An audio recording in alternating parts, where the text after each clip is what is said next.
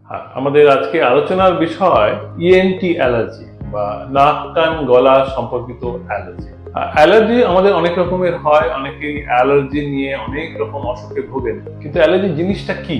Allergy হচ্ছে আমাদের শরীরে কারো কারো জন্মগত, কারো কারো কিছু শরীরের বাইরে মানে বহির্ভাগের কিছু জিনিস থেকে আমাদের শরীরে কিছু অ্যাবনর্মাল রিয়াকশন হয়। সেই রিয়াকশনটা হচ্ছে অ্যালার্জি। মানে ধরুন আমাদের কিছু কিছু জন্মগত বা ইন্ট্রিনজিক অ্যালার্জি আছে। মানে ধরুন ঠান্ডা, কোল্ড বা ডাস্ট অ্যালার্জি, যেটা ঠান্ডা থেকে বা ধুলোবালি থেকে হয়। আর কিছু কিছু এক্সট্রিনজিক অ্যালার্জি আছে, মানে বহিরাগত বা বাইরের জিনিস থেকে অ্যালার্জি, যেমন পলেন অ্যালার্জি। ডাস্ট বা ধুলোবালিটা এক্সট্রিনজিক অ্যালার্জিও হতে পারে। বা ধরুন আমাদের অন্যান্য যেমন ওষুধে অ্যালার্জি, কোন রকমের কন্ট্যাক্ট, কিছু কেমিক্যাল লাগানো হলো, কোনো কিছু বাইরে অ্যাপ্লিকেশন লাগানো হলো, সাবানে অ্যালার্জি বা কোনো পারফিউমে অ্যালার্জি। তো এই ধরনের অ্যালার্জির বহু রকমের জিনিস আছে। ইভেন ব্যাকটেরিয়া, ভাইরাস, এগুলো থেকেও কখনো কখনো অ্যালার্জিক রিয়াকশন সাময়িকভাবে হতে পারে। তো অ্যালার্জি জিনিসটা তাদের হচ্ছেটা কি, মানে কাকে কাকে আমরা সিরিয়াস রিয়াকশনস বলি। অ্যালার্জি সিরিয়াস রিয়াকশনস মানে হচ্ছে শ্বাসকষ্ট হওয়া, সারা গায়ে র্যাশ বেরিয়ে যাওয়া, বা মুখ, জিভ, কান এগুলো ফুলে যাওয়া।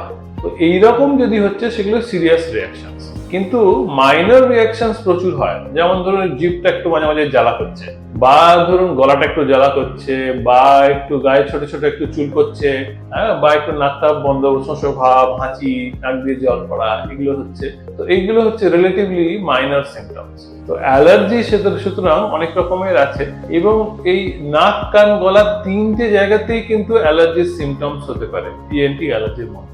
নোজ অ্যালার্জি, যেটা রাইনো অ্যালার্জিক রাইনাইটিস বলা হয় যেটাকে, তো সেইটা কিন্তু শুরু হয় হাঁচি দিয়ে, একসাথে অনেকগুলো হাঁচি হয় পেশেন্টদের, নাক দিয়ে জল পড়া হয়।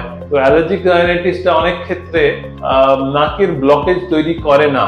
কিছু কিছু ক্ষেত্রে অনেক দিন ধরে অ্যালার্জিক রাইনাইটিস থাকলে তাদের নেজাল ব্লকেজও হয়, হাঁচি, একটু নাক দিয়ে জল পড়া, তার সঙ্গে সঙ্গে একটু নাক ব্লকও তার সঙ্গে সঙ্গে দেখা যায়। তো এইটা হচ্ছে নেজাল অ্যালার্জি। তার থেকে অনেকে সাইনোসাইটিস ডেভেলপ করে, অ্যালার্জিক সাইনোসাইটিস বলে, সেগুলো হতে পারে। অনেক ক্ষেত্রে আরেকটু সিরিয়াস ধরনের জিনিস হয়, যেটাকে অ্যালার্জিক ফাঙ্গাল সাইনোসাইটিস বলে। তো তাদের হচ্ছে সাইনাসের মধ্যে অ্যালার্জি একটা আন্ডারলাইন থাকেই, সাইনাসের মধ্যে ফাঙ্গাল ইনফেকশন হয়। তো তাতে তাদের আরো কিছু কিছু বেশি রকমের সিমটমস, বেশি রকমের কমপ্লিকেশন দেখা যায়। এটা হচ্ছে নোজ অ্যালার্জি। নেক্সট আসছি আমরা ইয়ার অ্যালার্জি। কানের অ্যালার্জিতে কি হয়, কানে চুলকোয়, কানটা হঠাৎ করে ব্লক হয়ে যাচ্ছে, খুলে যাচ্ছে এরকম মনে হয়, বা তারা লেগে গেল বা বন্ধ হয়ে গেল এরকম লাগে। বা আমাদের অনেক সময় ক্ষেত্রে বারবার ইনফেকশন হতে হতে কানে ব্যথা হতে পারে। এই জিনিসগুলো হচ্ছে ইয়ার অ্যালার্জি।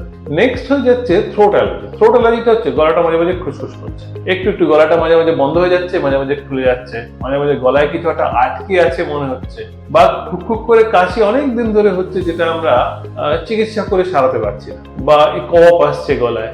এইগুলো হচ্ছে নাক কান গলা অ্যালার্জিক সিমটম। যদি সঠিক সময়ে না চিকিৎসা করা হয়, এই অ্যালার্জি থেকে কিন্তু অ্যালার্জিক ব্রঙ্কাইটিস বা ব্রঙ্কিয়াল অ্যাজমা ডেভেলপ করতে পারে। তো সুতরাং হচ্ছে নাক কান গলার অ্যালার্জিটা কিন্তু অবশ্যই, যদি আপনাদের ওষুধে সারছে না তাহলে, বা সাময়িক চিকিৎসা করে কমছে না, তাহলে নাক কান গলার স্পেশালিস্টের কাছে দেখাতে হবে। নাহলে ভবিষ্যতে এর থেকে অনেক সিরিয়াস লাংয়ের প্রবলেম, অন্যান্য অসুখও সঙ্গে সঙ্গে দেখা যেতে পারে। নমস্কার।